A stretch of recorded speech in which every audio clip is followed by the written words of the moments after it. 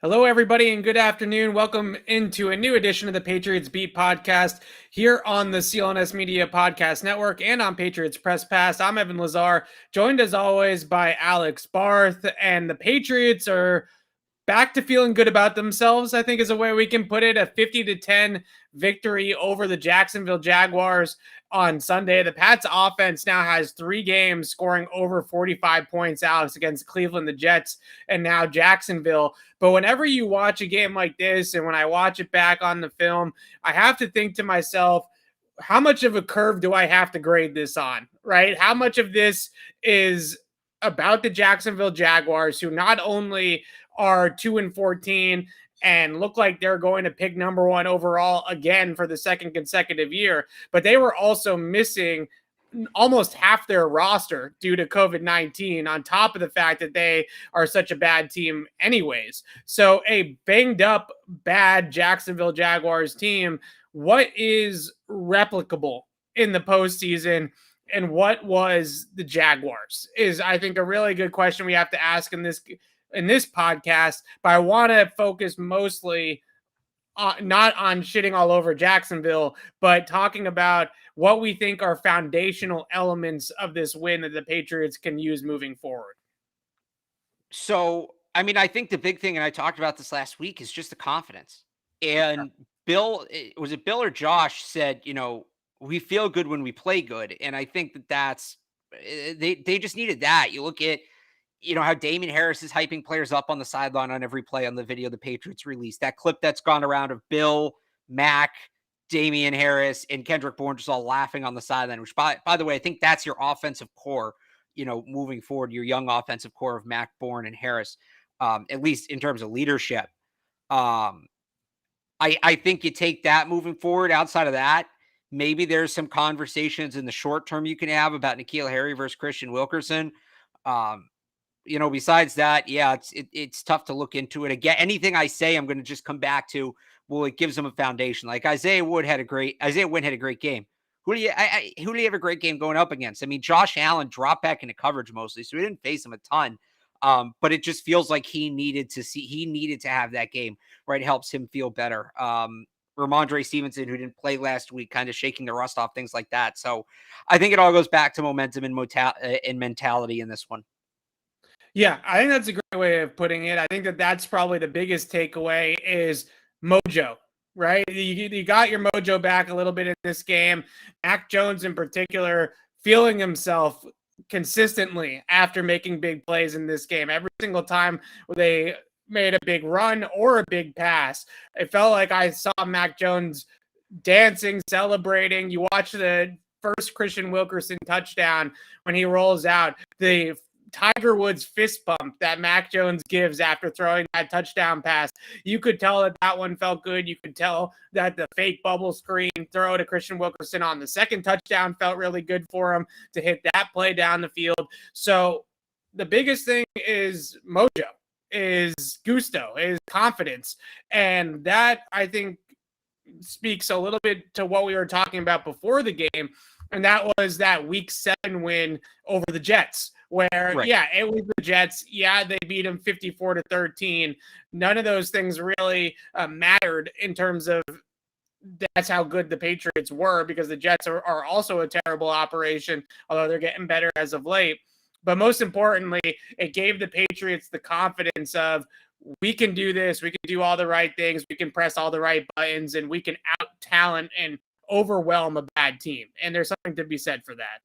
Yeah, I forget if it was McDaniels or Bill who said, I think it was McDaniels who said to see the fruits of your labor pay off, right? I think that's just what it was. It's, hey, you lose a couple games and maybe you forget, why am I coming in? Why am I busting my ass? Why am I doing all this? And then you have a game like that, and I think it just kind of validates all of that. And I thought that's what it was last time. And I'm not saying you're going to, if the Patriots again roll off 7 straight wins, then Evan, we're covering a parade. Right. I'm not necessarily saying that's going to happen, but I think that this team kind of, and it happens with young teams. It's true for young teams. The Bengals kind of got in a rut a couple weeks ago, and then they blew out, I don't remember who they blew out. They blew out somebody, and they've been kind of on a roll ever since. So they just kind of needed to see one go through, and they did. They won. I had said if they lose by any, or if they win by any less than 3 touchdowns, I'd be worried, and they put that right to bed. Yeah, it Also, definitely let's go Jets. As I've always said, let's go Jets. Noted Jets fans here this week. It definitely feels like a young team thing that maybe Yeah. you when you start to play well, that starts to snowball into good things and consistently win after week after week. But then when you play poorly, that also snowballs on you negatively. And I think that that's definitely something that teams that haven't necessarily been there before as a core, teams that don't have experienced quarterbacks like a Tom Brady that wins consistently year in and year out, that can ride the ebbs and flows of the season. I think Mac Jones, he said it after the Colts game that they were feeling sorry for themselves at one point, right? So I think that there is definitely something to be said for that. Now, with all that said, when we get into the actual game, there was one thing that I really liked about talking about blueprints and foundations and things like that, and that was mostly on the defensive side of the ball. We're going to get to that in a second. On the offensive side of the football, I wish I could come on here on the show, and I wish I could have written this morning, and I know that I got, I posted my film review of the game, and I knew it wasn't going to be a popular take amongst a lot of Patriots fans. I want to come on the show and be extremely positive and say that I thought that they blew doors off Jacksonville, that all these things are going great, that the Patriots are going to the Super Bowl. Trust me, it's more fun for us, Alex, if we get to cover a team that's going to the Super Bowl, right? I mean, that's what we want to be doing. Then we get to go to the Super Bowl like that. Right. It comes down to. Yeah. Unfortunately, when I watched this tape back, I felt the same way as I did about the Patriots offense coming off the loss to Buffalo. And that is, if you give Mac Jones the underneath stuff, if you give him the ability to attack shallow zone coverage, if you allow him to hunt with the football in the red zone like they did, if you give him his sweet spots like Jacksonville did, then he can really ring up the points and he can shred defenses even at this level. The concern that I had from this tape is 4, 5, 6 different times they tried to dial up a shot play down the field where they ran a vertical concept and try to get receivers up the field, and they still, even against the Jaguars, couldn't defeat press man coverage down the field. They couldn't get open. They couldn't get off press man. Now, granted, Nelson Agholor is not in this game, right? He's still out with the concussion. That's a big one to be missing from that vertical element to your passing game. But this offense still feels to me like they're operating in a 20-yard box from the line of scrimmage.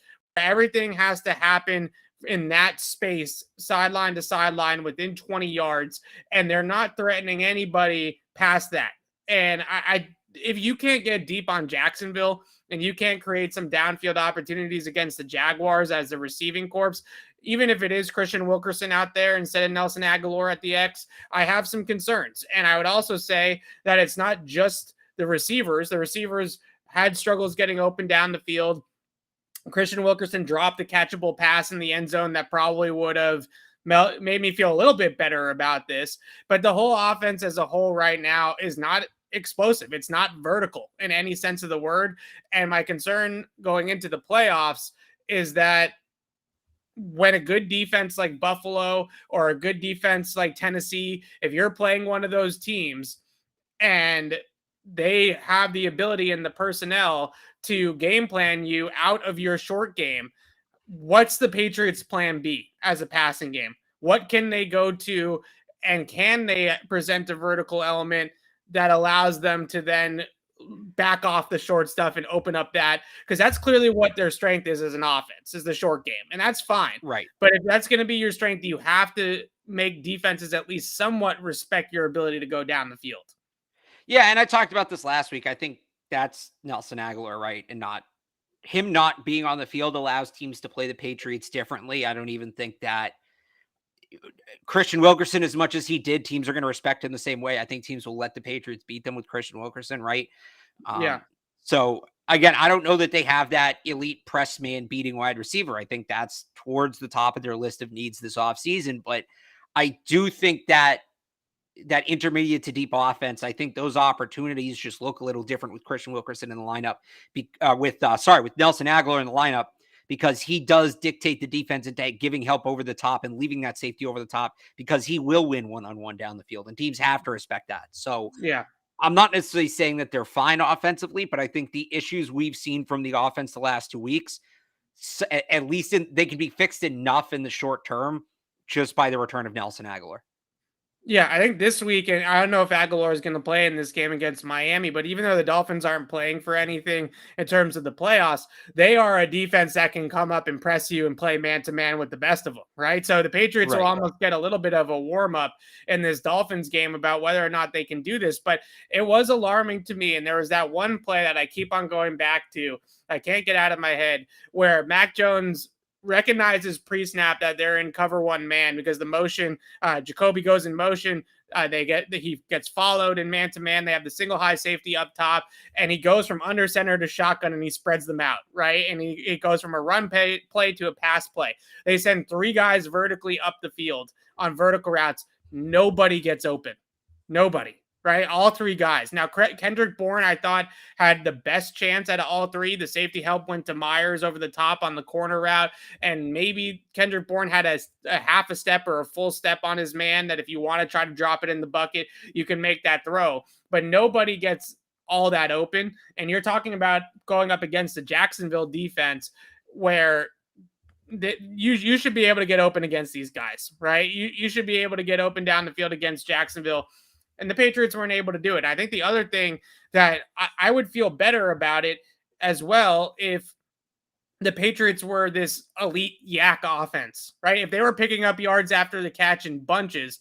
And we talked to Josh McDaniels today, and I thought it was really interesting how he said that Kendrick Bourne moves at a different speed when he has the ball in his hands. So something tells me that there's more to Kendrick Bourne than what we've seen so far. And maybe we'll get some of that once we get into the postseason, because he's the one guy that really seems to have the ability to create after the catch at a high level, right? He ranks very highly and rush yards over expected on yak plays and things like that. And you can tell that he moves at a different speed. So maybe Bourne's the answer to this. But if they were an elite yak unit, like those teams and from 2010 to 2012, 2013, they didn't necessarily have elite downfield threats, but what they did have is some guys that could definitely pick up yards after the catch. Gronk, Hernandez, Welker, those types of players. This team doesn't have that either. So they're not an explosive offense. They're not explosive after the catch, and they're not explosive vertically down the field. And to me, that it's very easy to defend. It feels very easy to defend. And I hope that I'm wrong. I hope they can go into the playoffs and unlock a different element of this offense that we haven't seen yet. But from what we've seen so far, especially when they go up against good teams, and even at times against this Jacksonville team, I don't really care too much about the short stuff against Jacksonville. They were giving it to Mac Jones. It was wide open all game long. He did a nice job of taking what was there and exposing their coverages. But I mean, come on, that was like a kid stealing, an adult stealing from a child, right? I mean, it was not a fair fight. Yeah, I think they have. I think you're underselling it a little bit. I think they certainly could be more explosive, and that's something you need to address in the offseason. But again, I think Agholor coming back gives them some of that downfield threat. And in terms of running after the catch, I think Kendrick Bourne's been good with that. We haven't really seen him involved in a while. Yeah. But when he's involved heavily, he's very good with the ball in his hands. I think he's a guy that should be involved more. I happen to believe that before this conversation. I also think that Jonnu Smith is a guy who can be elite with the ball in his hands, and he hasn't been involved at all. And I don't know if he's somebody that can get involved quickly enough to make a difference in the playoffs. But I do think, and look, is that ultimately enough? No, they're still not on the level of the elite offenses in the league, even with those guys playing at the, the top level of what they can do. But I think they do have enough where they can somewhat bandage over some of those issues, at least for the rest of this season before they get a chance to add. Fair enough. I think the other thing that I want to make clear, I haven't really mentioned Mac Jones as a problem at all in any of this, right? I really don't feel like he's the main issue or even the biggest issue. Does he have the strongest arm in the world? No. Is he somebody that's going to be able to make these tight window throws 30, 40 yards down the field on a rope? No, he can't do those types of things. But I feel like if those downfield opportunities presented themselves more often and with more efficiency, that Mac Jones would hit the throws. I mean, look at they finally get somebody open down the field with Christian Wilkerson, and he puts the ball right on his hands, right? So I don't think it's as big of a Mac Jones issue as it is the guys around him, but I think it's exacerbated by the fact that Mac Jones is not a proficient down the field thrower right now at the NFL level, that he's not going to take these three guys that are undrafted wide receivers and make it look much better than it is down the field, right? He's only dealing with what he's working with. Whereas at the short game, I think he can elevate the guys that are around him. So not a Mac Jones problem necessarily. You mentioned Christian Wilkerson a few times. I wanted to talk about him as well, and the N'Keal Harry discussion too. Do you feel like you've seen N'Keal Harry play his last snaps in the Patriots uniform? And Christian Wilkerson, who's not signed to the 53, he reverted back to the practice squad as is NFL rules. You know, everybody that gets called up for the game reverts back. The Patriots, at least from my knowledge, don't have any current plans to sign Christian Wilkerson to the 53, but definitely a player that flashed enough in that game. And it is a bummer that he dropped the touchdown, because he did the same exact thing in the preseason. He dropped this very similar throw in the preseason as well, but certainly somebody that brings some juice to that spot and can get up the field and can do some things that N'Keal Harry simply cannot. Yeah, I'm trying to look right here. I can't remember, because Wilkerson was a standard elevation, right, on Sunday. And I can't remember if he's been a standard elevation again or a COVID Oh, it is a standard elevation. Okay, so he can't be called back this week. So what in terms of your first question, right, do I think N'Keal Harry's played his last snap with the Patriots? What I think is, and it was really interesting, Bill had, let me pull this quote up now because I don't want to misquote him, and I should have had this all ready before the show. This is on me, but Bill basically said something along the lines of they told N'Keal Harry to basically stay home on Sunday. Yeah. If I can find the quote. Here it is. I feel like you're in the opportunity here. He made a couple good plays yesterday to help the team. So it's really kind of a week-to-week thing on who we activate, who's at the game, who isn't, and so forth. That to me tells me N'Keal Harry wasn't in the building on Sunday. Yeah. I don't know if you read it the same way I do, but that's how I feel. And I wonder if this is, what's that Christmas movie where the guy, or maybe it's not a Christmas movie, but the ghost shows the guy what life would be like without him in order to try to get him to change. You know what I'm talking about? Yes. Right? I wonder if that's the Patriots saying, N'Keal, here's what it looks like without you. Right. And now, because I think there was it looked like a lack of effort from him against Buffalo. And now I wonder if there's an opportunity where, hey, here's what it looks like without you. We don't need you here. You have to show us why we should keep you here. Now he gets a redemption chance against Miami. They kind of sit him down to show him what the deal is. Now they bring him back and he's playing for his job against Miami. I do think, by the way, because not only, look, Wilkerson dropped the pass. He did. And I'm not saying he's their long-term situation as a wide receiver one, despite what some callers into 98.5 The Sports Hub said. But wait. Who is the caller specifically? I don't know who the callers are. It was an insane call. It was a nuts call. Should never call again. There was one person though that you did know. I don't know. I don't know who's calling. I'll say this on Wilkerson. I think he was able to get some separation, right? He does bring some speed to the offense, and he actually played well in kick coverage, which wasn't talked about a ton, but the Patriots special teams haven't been, I don't want to say they've been bad, but they haven't been to the level we expect them to be. We're going to get to that. Are. Yeah. So if he's creating separation, he's helping cover kicks. I know football doesn't have a playoff roster, like that's a baseball term, but the practice squad elevations reset for the playoffs, and they're unlimited. So basically, as long as they're in the playoffs, they could keep elevating Christian Wilkerson.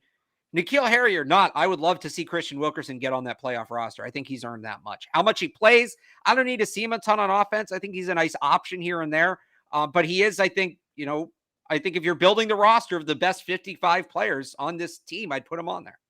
Well, remember back in training camp when we were talking about Christian Wilkerson a lot, because he was one of those guys that we talked about during training camp, right? Wilkerson was working out a lot with Matthew Slater and Justin Bethel and the other special teams guys all summer long. And I'm assuming he's done that all season long, right? I would think that hasn't changed. So he's somebody that they've been grooming as another special teams guy, not hopefully somebody that can contribute a little bit more on offense than maybe a Matthew Slater does, right? But certainly somebody that is a core special teamer of the future. You're thinking like Brandon Bolden.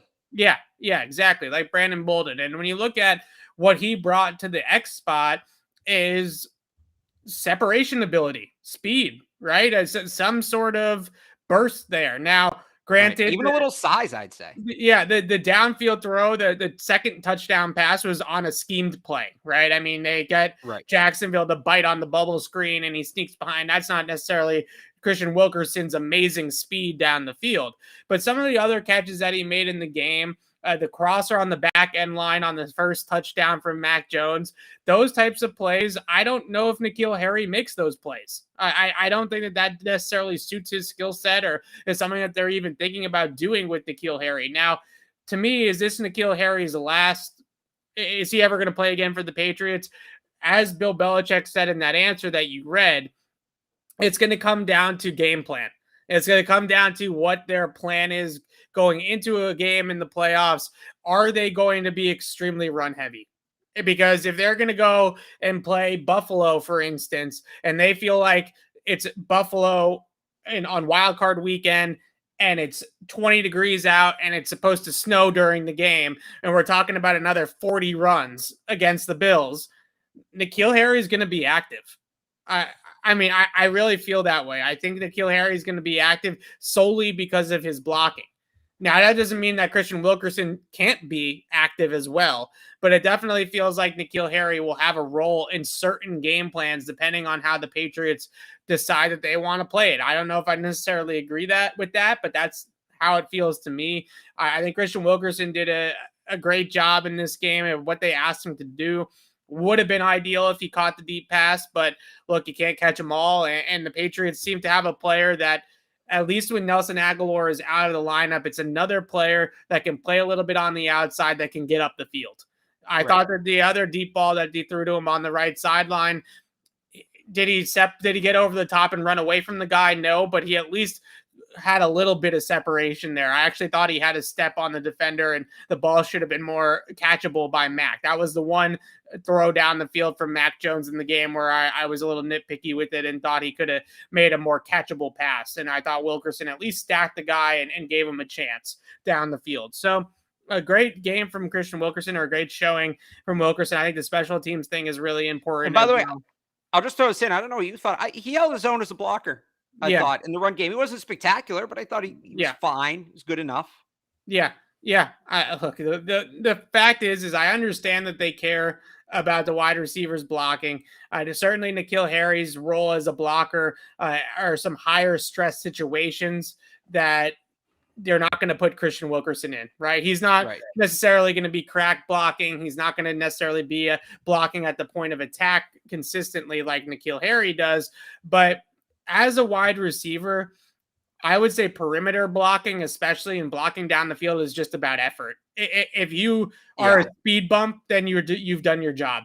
Just get in the guy's way, hold him up for an extra second, and give the ball carrier a chance to make something happen with the football away from the defender. No one's asking him to pancake guys into the sidelines, right? Well, especially Wilkerson, 6'1", 215. He's going to be bigger than most corners. Yeah. So I think he's a big guy. I think that he's got some juice. I like what I saw.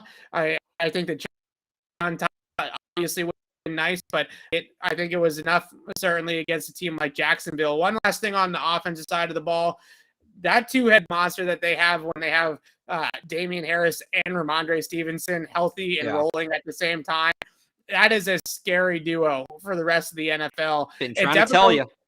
It's definitely a lot of fun on the fact that they can keep both of them fresh, right? And one drives a Ramondre drive, one drives a Damian drive. They can essentially run the same blocking schemes with either guy. They're pretty interchangeable. I don't think that they change a whole lot in terms of play calling. So when you get into January, I mean, this is what the Patriots will have offensively. They got a great offensive line, especially run blocking, especially when they go 6-0 line with Mike Onwenu. And they have two backs that are elite. They truly are elite. You look at some of the advanced metrics, they all say that those two guys are elite at creating yards after contact and creating yards over expected and adding value to their runs. We talk so much about running backs don't matter. I think those are two guys that do matter slightly to their production, and it's not just all offensive line. Ramondre in particular, and Damon Harris, we've seen him run hard and run well for a couple years now. So I guess I'm used to watching him play and play well. Ramondre Stevenson's ability to bounce runs to the corner he's got a different gear. I think that when he's able to do that, he sees it bottled up inside. His touchdown run, I think it was the second one, where things are bottled up inside, and he just has that ability to bounce to the edge, right, and be able to turn the corner and get to the pylon. That's a really fun element of it as well. I'm not so sure the Patriots coaches love him moving laterally like that, but he bounces so quickly, and he has so much lateral burst that he's able to get away with it. And they have to respect runs inside and outside when both these guys are on the field. When Damien Harris cut that run back on the crack toss, almost went in from about 8-9 yards out early on in the game, you can't just flow to the sideline anymore, right? When you see crack toss, you can't just go out to the perimeter and prevent him from turning the corner, because he can cut it back. He can cut it back through the middle of the defense, and he can make things happen. So that is what the Patriots will lean on, I'm sure, in the playoffs. And I know that they're going to try to run the ball and run it effectively. And these two backs definitely give them an opportunity to do so. Yeah. Can I just answer something that's being talked about in the chat real quick? Yes. Patriots aren't signing Antonio Brown. Oh my gosh, no. Nope. No. He hasn't been cut yet. I don't know if you feel the same way, Alex. Maybe you feel the week that Tom Brady left might be worse than this, but my worst week on the job since I got on the beat in 2018 was the week that Antonio Brown was here. That was probably the most mentally taxing week. Brady leaving was the worst, but that was a whirlwind, because it was like, was he going to get cut? He got cut. Would they sign him? They signed him. Yeah. Holy crap. They have Antonio Brown with all these other great receivers, and it was like awesome. And then the news dropped about the sexual harassment thing or whatever it was. I apologize if I used the wrong term there. It was an instant cyclone, right? He signed. It was the definition of a roller coaster. Yeah. It was an instant cyclone. He signed here. The allegations come out, right, about the. That was like Tuesday night, I think. Like that. He signed Saturday, because we were talking about would he beat the game Sunday. They beat the Steelers in the opener, and then Tuesday night those allegations came out. Yeah, then he's at Patriot Place on Instagram Live at TV12. That's remember right. that? Because I went to Patriots Place. I saw him. Yeah, he's doing all of that. Then he goes and he plays in Miami. And he catches the touchdown pass from Brady. It was just an absolute disaster from start to finish. Yeah. And it was really something that I don't want to relive and have no desire to relive whatsoever. I apologize about my camera. I hope you guys can hear me. I don't know what's going on. Hey, trust me, you're all better off. Yeah. You can just listen instead of having to see my ugly face. There you go. Defense. I was negative on the offense. In a weird way, I'm positive about the defense. I don't know if that's backwards or whatever from what everybody else is. I don't know. I feel like coming off this game, everybody was talking a lot about the offense, and I definitely feel a lot more positive about the defense.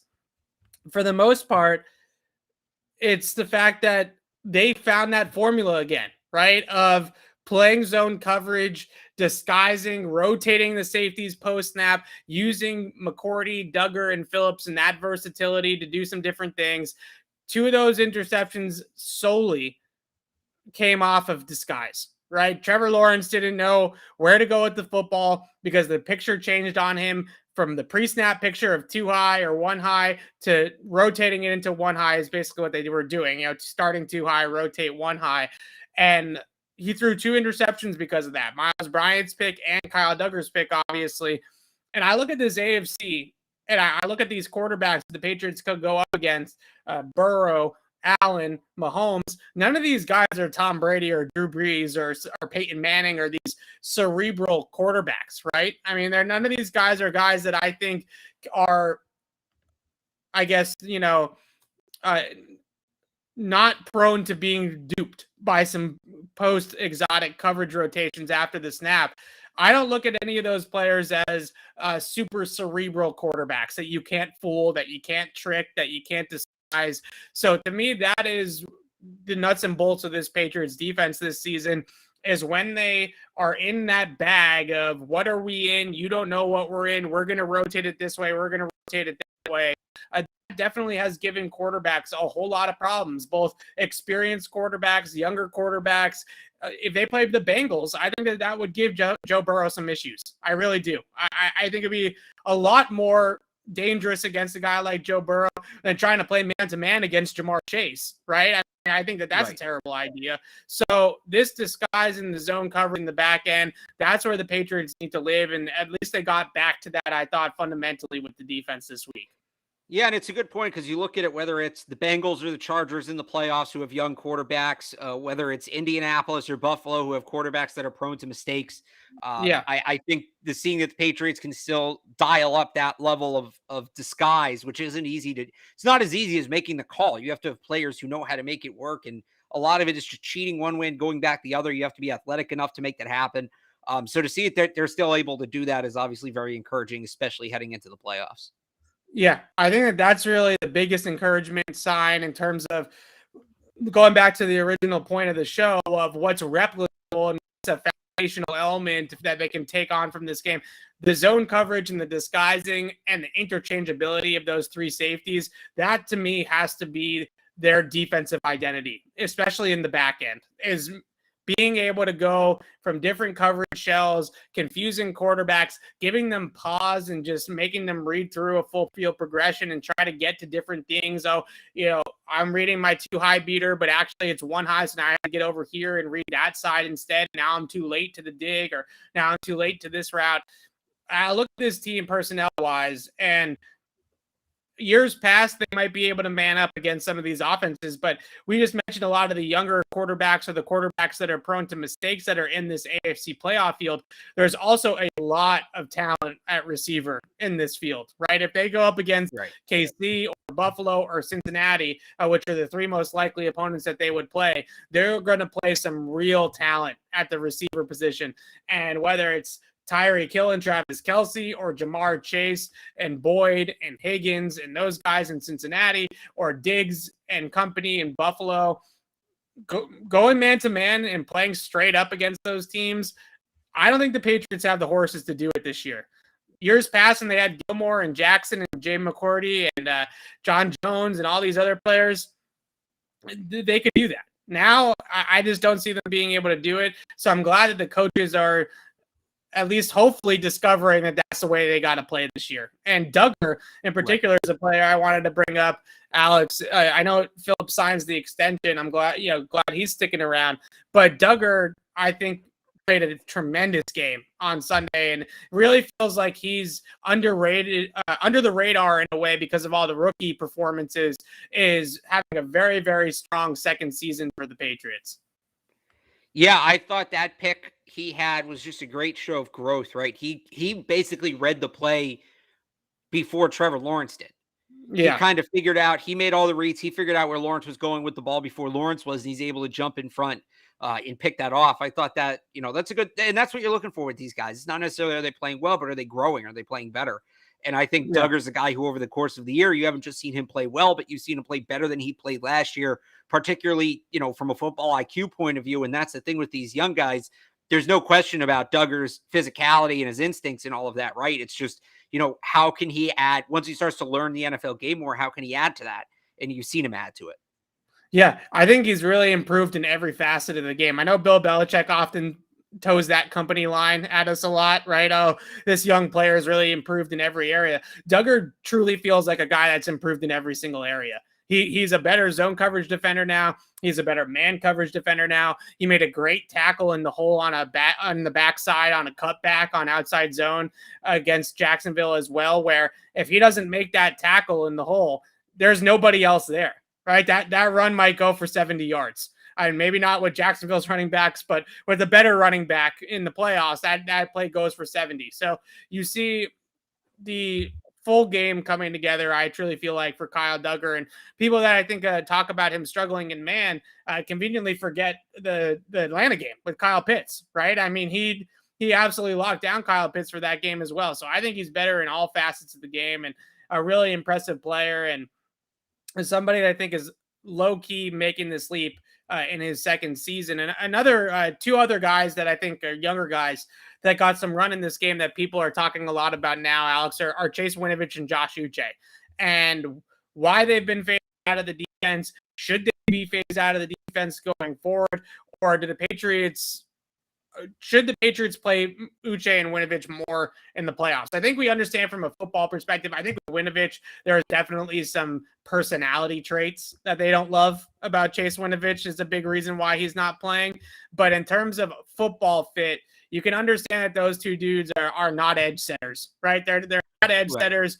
They're not those disciplined football players out there. They're not going to just collapse the pocket and contain the quarterbacks and set the edge against the run. They're going to try to get up the field and make plays behind the line of scrimmage. So from a schematic fit sense, you can understand why they're not playing. But at the same time, if you go up against, and we keep on rattling off these quarterbacks, Allen, Mahomes, Burrow, whoever it ends up being, having some guys out there that are athletic and play fast is not necessarily a terrible thing. Because we saw last week against Buffalo, when they have Dante Hightower and Kyle Van Noy and Jawan Bentley, and these are the guys that are trying to run around with Josh Allen, it didn't look so hot. And if you pull off some of these players and you put some of the younger guys with some good play speed on the field, who knows? Maybe those plays shrink a little bit faster for Josh Allen. Maybe guys are on him a little bit quicker. Maybe Uche's explosiveness and athleticism helps him spy a guy like Josh Allen a little bit better than somebody like a Jawan Bentley or a Hightower could. So in some ways, I think they might need that athleticism in the front seven during the playoffs. Yeah, I don't disagree. I think they're more worried about contain, and I get why they are, but the reality is, even with the guys out there who are contained first guys, they weren't containing Josh Allen, right? Josh Allen kept rolling out. So at a certain point, I think you need to try something different, and maybe that's an adjustment they would make for that next matchup. Against a guy like Burrow, I don't know as much, but I think against Mahomes or Allen, it might help to have that athleticism out there on the field. The other thing they could do is, instead of playing those guys over the edge, put them in the middle, right? They did that with Chase Winovich against Lamar Jackson last year, which is obviously a different situation, but it's a game plan I wouldn't hate seeing come back against a quarterback like that. Yeah, I could definitely see, because if you're playing, for example, if you're playing Buffalo again and you want to use Duggar on Dawson Knox, and you don't want to use Duggar, and you want Duggar and Phillips to be playing robber zones and playing the tight end and things like that, and you don't necessarily want to dedicate those players to being spies on Josh Allen, then somebody like Uche might be your best bet out of that linebacker group to run sideline to sideline and chase and tackle a guy like Josh Allen in space. How many times have we seen, when he's had opportunities to play last year or at times earlier this season, Josh Uche make a terrific play in space, right? Where he just comes from the other side of the field and chases guys down and makes tackles that Jawan Bentley simply just can't make, right? And make those types of plays. That I think is a big I guess something they got to think about is a good way of putting it, because you go up against Kansas City, you're going to have to use those safeties on Travis Kelce. They're going to have a lot of on their plate with Hill and Kelce, and bracketing those players, playing those players straight up man-to-man with the tight end, things like that. You're not going to be able to just use those dudes in the box to shadow Patrick Mahomes and spy Patrick Mahomes. You got to get some more speed on the field at linebacker in some of these matchups, and maybe Josh Uche is the answer to that. Winovich, I think, on third down definitely brings more juice to the pass rush at this stage than Hightower and Van Noy do. You know, those guys are fundamental position sound players, physical players, a lot of good things I could say about both of those dudes. But when it's third down and the Patriots just have to pin their ears back and get after the quarterback on 3rd and 10, they're better off with guys like Winovich and Uche in that package. Those are more explosive rushers.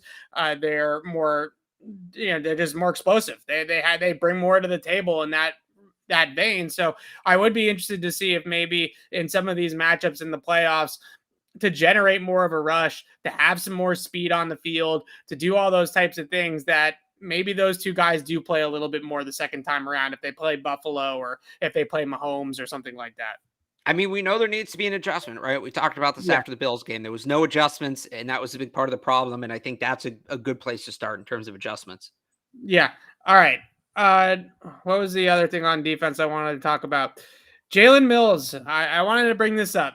I know it's Jacksonville. I know it's the Jaguars. Jalen Mills had a good game. Jalen Mills, again, blanking his guy in coverage. I think we talked a lot about man coverage earlier in the show. I think Mills has a lot of the versatility of some of those other defensive backs, right? He can play a little bit in the middle of the field and he can play on the outside. So you can do some fun things with him. He can rotate back. He can rotate into the middle of the field, into a middle hook or something like that. Or he can play the flat, or he can play the deep third. He's another player that I find interesting because he's had his ups and downs certainly this year. The CeeDee Lamb game was not good. Not good for Jalen Mills. But where's your comfort level right now with Jalen Mills as CB2 behind JC Jackson? Are you comfortable going into the postseason with him as the other guy on the outside with JC? Yeah, I mean, I think that's as good as you're going to get, right? Yeah. I wonder if Mills' long-term spot is at safety. This is a bigger picture question, but if Devin McCourty retires, do they have truly that next free safety on the roster? I think Mills might be the closest thing. But yeah, he's been playing well. Generally, we haven't said his name in a few weeks, and that's a good thing for a corner. So yeah, I think he's been playing well. We'll see when they get a tougher test, but another good game for him. I also wonder if they play Buffalo again, is that matchup from a defensive back standpoint completely different? Is Miles Bryant even a factor in that game plan the second time around or third time around, I suppose, right? In terms of, does Jalen Mills, let's say it's Isaiah McKenzie back in the slot, or even if it's Cole Beasley, does Jalen Mills get that matchup the third time? I keep saying second, the third time around. And he should. And they move him inside. Maybe Jawan Williams is finally active for a game and gets to play more on the boundary, or maybe it's Shaun Wade gets to play in that game. I feel like if they play one of these teams again and they do want to play some man coverage, they're going to have to really think about Miles Bryant and where they're going to put him, and if he's even going to be a part of the game plan as a primary man coverage defender, because teams are going to consistently go after him, regardless of who it is. If it's KC and he's on McCole Hardman, or if it's Cincinnati and he's got to get Boyd, I mean, come on, right? I mean, that's not a great matchup for the Patriots at all. So we'll see. I agree with that in the chat. Jalen Mills does remind you a little bit of Jason McCourty, doesn't he? A little bit, yeah. Not like the most elite cover guy, but does the job and does it well and plays multiple spots, a smart guy, instinctive, all that kind of stuff. Well, Jason McCourty in him. I mean, I think that's the ideal role for him, right? I don't think the ideal role is him being the true number 2 outside corner. I think it's kind of moving him around all over the place. Yeah. Okay. Last thing about the defense, and then we got to talk about your special teams, because we got out that your special teams. That's what I'm calling it. All right. Matthew Judon plays 11 snaps in this game. I asked him after the game. He gave me, I'm a football player, I want to play. Thought it was a good answer. But I think this is a blessing in disguise in a way that Matthew Judon doesn't have to play that much down the stretch.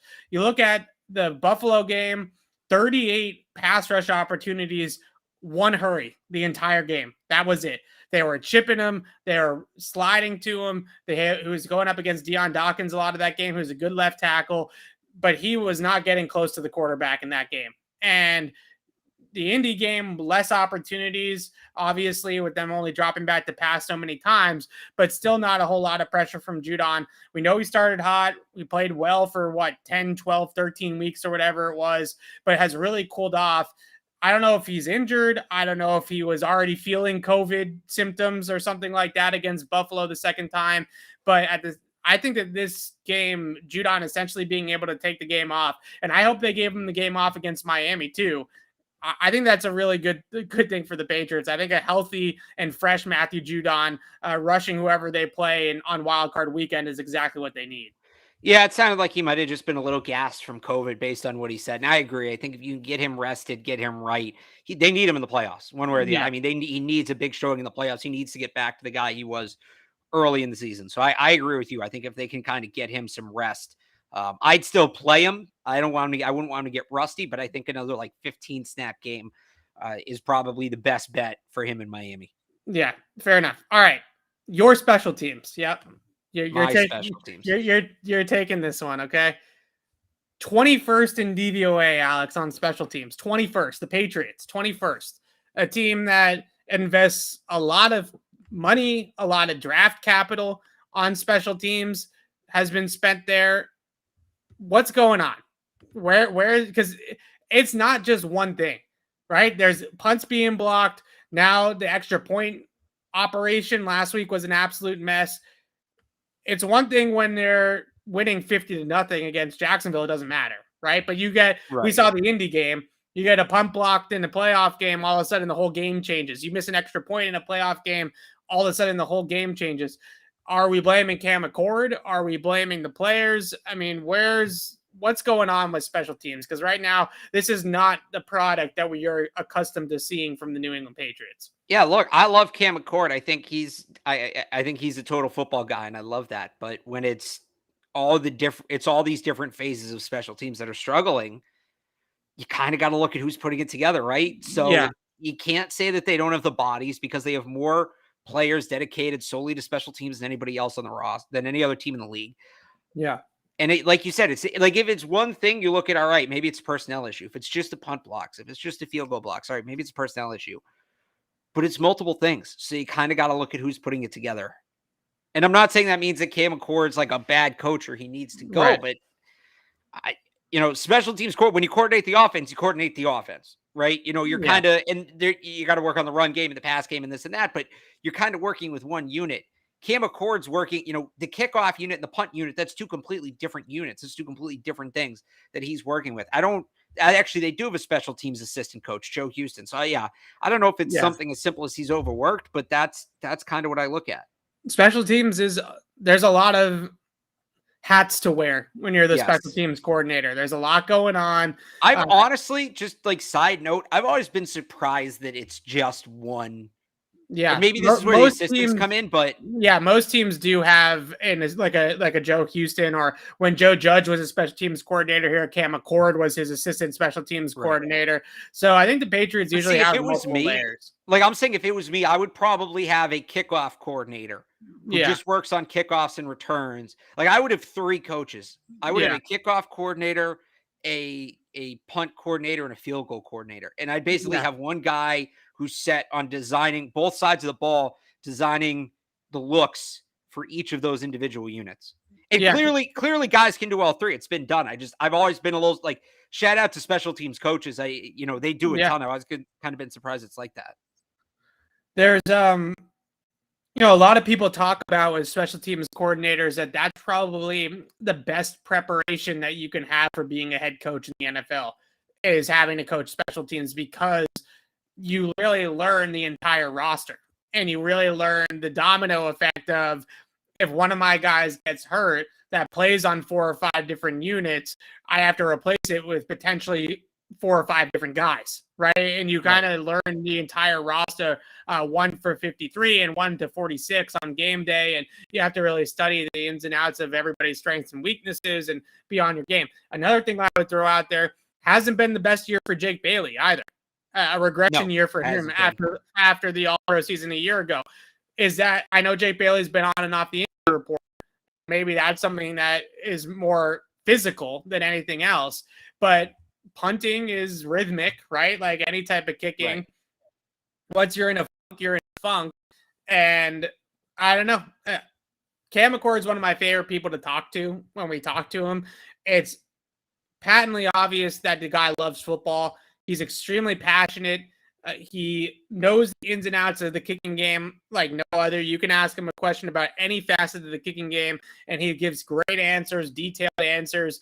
Clearly is a student of the game, loves it, breathes it, and is a very passionate coach. I think he's a good football coach, but whether he's in over his head or there's elements of it that he's not coaching particularly well, technique-wise, I don't know what it is, but way too many mistakes up and down the special teams this year. And something tells me, I hope I'm wrong, but something tells me that this is going to come back to bite them big time in a big spot here in January. Right. And it might've already done it, right? Losing to Indianapolis kind of was a really big step backwards for the team. So maybe that was sort of the big spot that it cost them the most, right? Is losing the momentum of that game and all that kind of stuff. But something to monitor. I do wonder if because Joe Houston, not that he can't help out in other areas, but I'm pretty sure he's a kicking specialist, right? He's somebody that they bring in to work with the kickers specifically.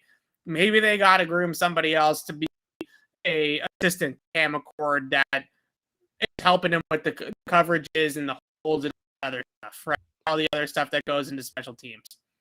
Well, I'll give you one more note just on Bailey because we're talking about that. Yeah. Bill Belichick uses when they do end of year evaluations, right? And part of that goes into decisions they make in the future. They heavily weigh the end of the year. They consider what you did at the end of the year a lot more than what you did at the beginning of the year. It's a big stretch here for Jake Bailey because, like you said, he hasn't played well this year.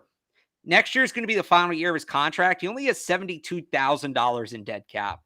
And the Patriots have never had a kicker play under a second contract in the Bill Belichick, a punter, play under a second contract in the Bill Belichick era. Ryan Allen got a second contract, but then was cut. And then this year's punting class happens to be a very good one, highlighted by the punt god, Matt Araiza, who I think I've talked about on the show. If I haven't yet, we're going to talk about him a ton in the spring. I promise you that. Evan, you're going to deal with it. I'm going to get you on the bandwagon. Anyway, the point being, Jake Bailey, he needs to show something here because there's a lot of incentive and the historical context. There's a lot of incentive for the Patriots to move on from him after this year. And the historical context tells us that's something they might consider. So I think he's got to really show something here, in this final game and then in the playoffs. Yeah, I agree. I concur. Okay, so moving on to Miami, we're going to preview the Dolphins later on in the week. I watched that game against Tennessee. I think Tua is broken, Alex. I think he might be broken. I don't know if there's any fixing him at this point. He looks like, what is he, 25, 26 years old? He looks like he's 90. He looks like he's 90 years old moving out there. No zip on the ball whatsoever. I can't believe he threw a deep ball to Jalen Waddle that was completed at 44, 45-yard pass. I can't believe he got it there. I was shocked when I saw that it got there. It was an arm punt, right? It was one of those big teardrop throws, but he did get it there. I was stunned. He had one throw where he rolled to his left, his arm side, because he's a lefty, and he had a wide open receiver in the flat, and he threw it at his feet. I mean, there's just no velocity on the ball. People talk about Mac Jones having a noodle arm. Go watch Tua. I mean, it's bad. Everything's right at the line of scrimmage, and essentially what they're running in Miami now offensively is an option offense where they're trying to win with a lot of smoke and mirrors, right at the line of scrimmage. Who's getting the ball? Who's pulling? Who's moving? Who's Jalen Waddle's going over here? The tight end's going over there, and they're trying to win with smoke and mirrors offensively. It worked during their winning streak, I suppose, because their defense was dominating. But that offense is even way more limited when what the Patriots bring to the table, and they have Jalen Waddle, they have Devontae Parker, they have guys that can get up the field, and they just can't. So I'm not too worried about this game at all for the Patriots against Miami, to be honest with you. I think Tennessee gave them a pretty good blueprint on offense, being able to run the ball against Miami. Some of the design rollout pockets that they used when they saw Miami was going to bring pressure to give Ryan Tannehill some more time. I think that they can mix and match this pretty easily against the Dolphins. And the only reason why I worry about this game whatsoever is because of where it's played, right? And that's really just about it. I think the Dolphins are toast other than that. Yeah, I feel bad for Tua because he's so talented at Alabama. Like, if you watch, he's not the same player now. He had that hip injury his last year, and I think that, when you throw a football, it all comes from your legs, right? Anybody who's throwing anything, whether it's a football or a baseball, it comes from your legs, it comes from your base, and you transfer all that through your hips. So I think right now he's just throwing with his top half. Yeah, that's kind of what it feels like. That's what it's felt like since he had that hip injury. And yeah, that was a couple years ago. You kind of hoped maybe eventually he'd at least adjust his throwing motion to overcome it. And if it hasn't happened yet, it just feels like it's not going to happen. So I don't think Tua's not talented. I think he's incredibly naturally gifted. I don't even entirely fault the Dolphins for that pick.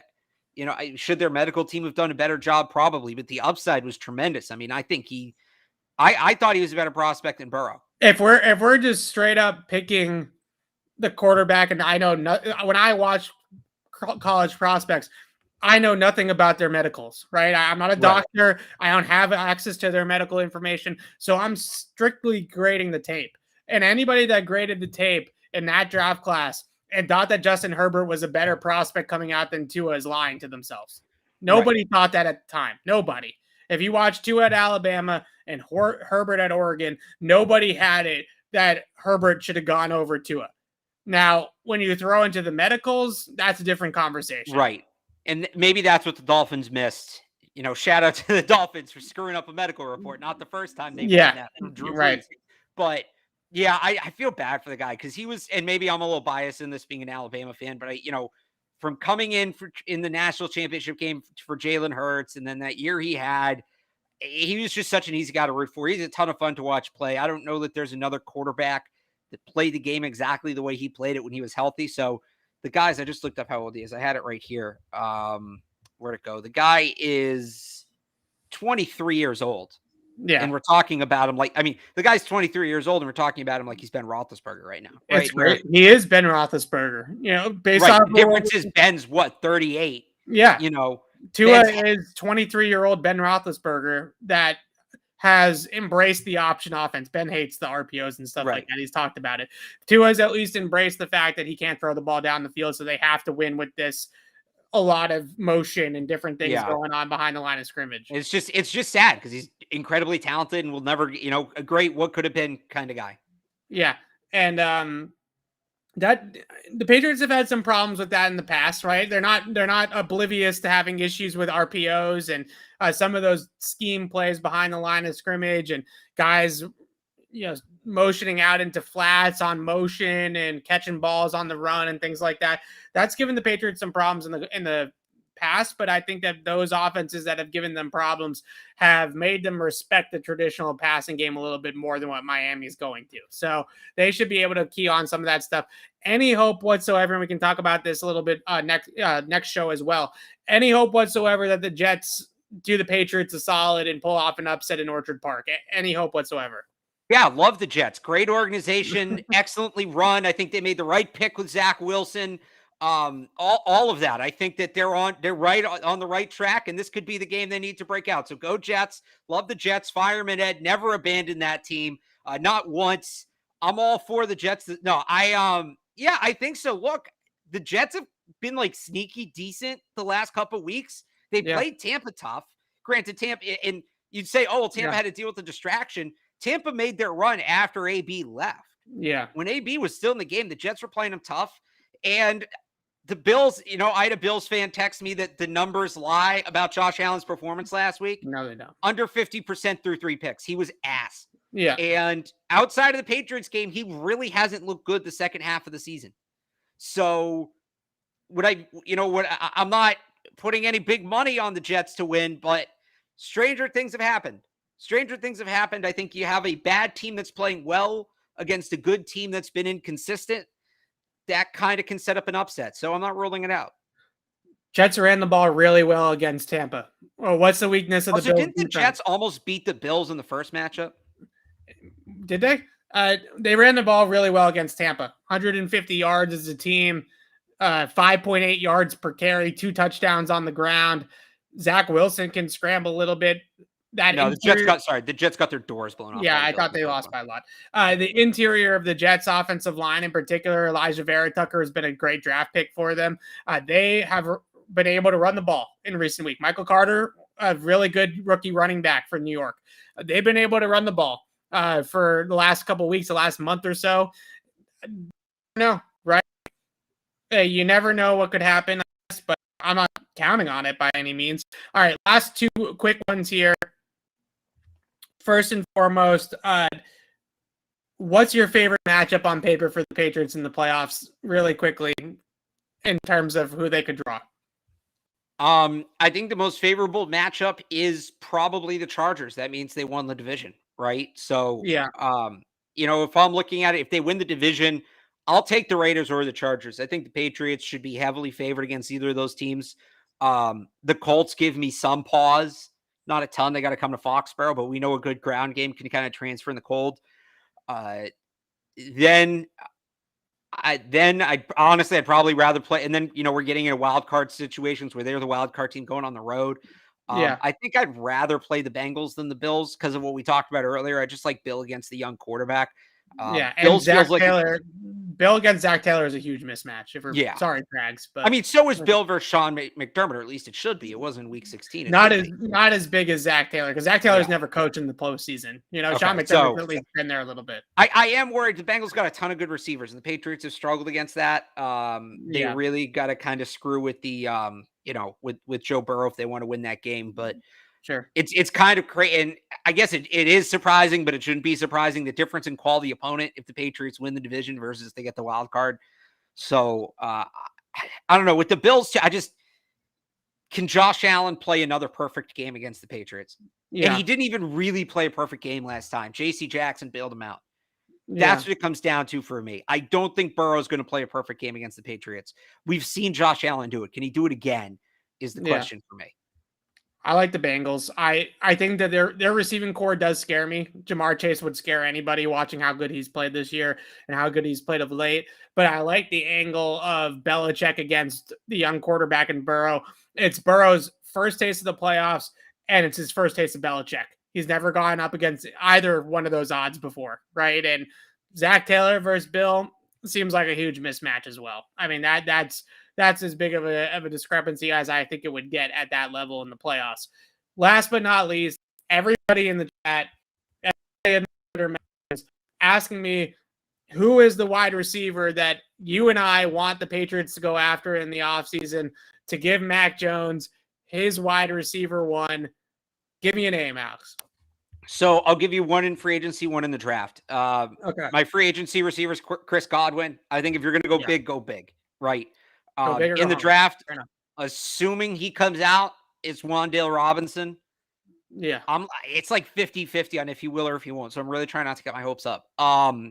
If he doesn't, Jahan Dotson, maybe Drake London. Like, I really like Drake London, but he's also kind of one of those like bigger physical receivers that they just don't have a ton of success. Like, I like Drake London in general. I don't know if I love him for the Patriots. I have to do a little more. So Wan'Dale Robinson, if he comes out, if not Jahan Dotson. I think Olave, a lot of people said Olave. He's good. I've actually seen these two names in the chat today. Olave is going to be off the board. Should be off the board by the time the Patriots pick. Absolutely. And Treylon Burks. I really like Treylon Burks as a player. I really do. But guess who he has the exact same physical makeup as? N'Keal Harry. Yeah. If the Patriots draft Treylon Burks, they're just taking a mulligan on N'Keal Harry. That's all that pick is. Okay. So free agency on Godwin.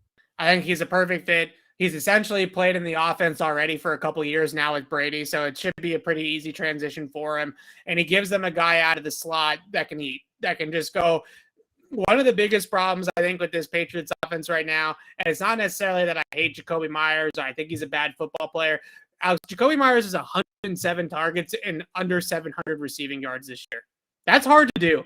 If you have over 100 targets and you're not on pace for 1,000 yards in a 17-game season, that is difficult to do. So the Patriots have to get somebody that's more efficient out of the slot. They have to get somebody that produces more yards out of the slot.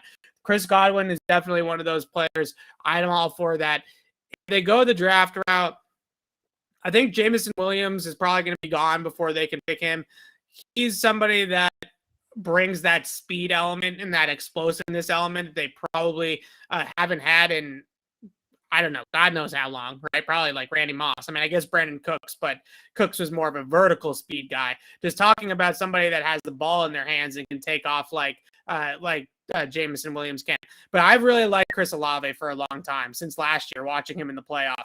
He's somebody that reminds me a ton of Justin Jefferson, and you know how much I love Justin Jefferson. But that ability, smooth route running ability, separation ability, I think that him and Mac Jones would make beautiful music together, because that's a player that can get open, that understands how to get open off leverage, that's very crafty in the middle of the field, very smooth route runner, easy transitions out of his breaks, and Mac Jones is going to put the ball on him accurately, and I think those guys would put up huge numbers together. So if I want to take a mulligan on Justin Jefferson, right? They were one pick away from being able to draft Justin Jefferson.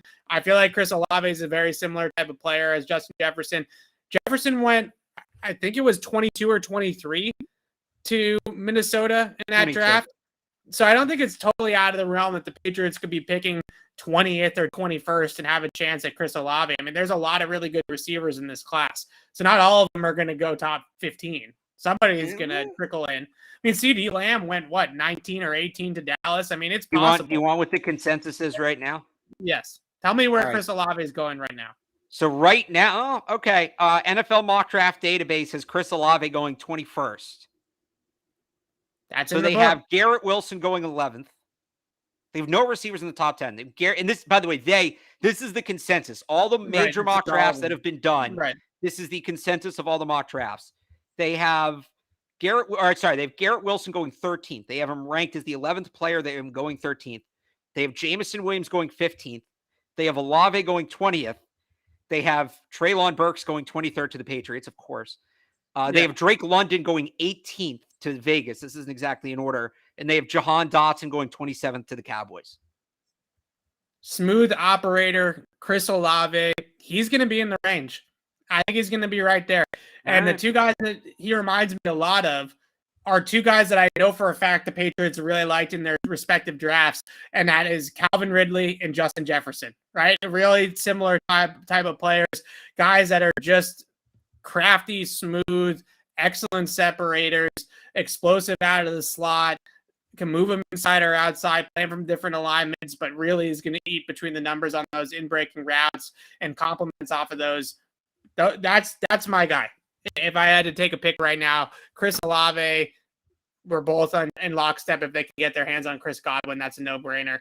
Alex and I will definitely have a lot more receiver talk, draft talk, all of that coming up once the Patriots season comes to an end. But I wanted to give you a few names there because I don't know about you, Alex, but everybody's blowing me up asking me who the guy is that I would want for the Patriots to go after. So I figured we'd give a few names at the end of the show.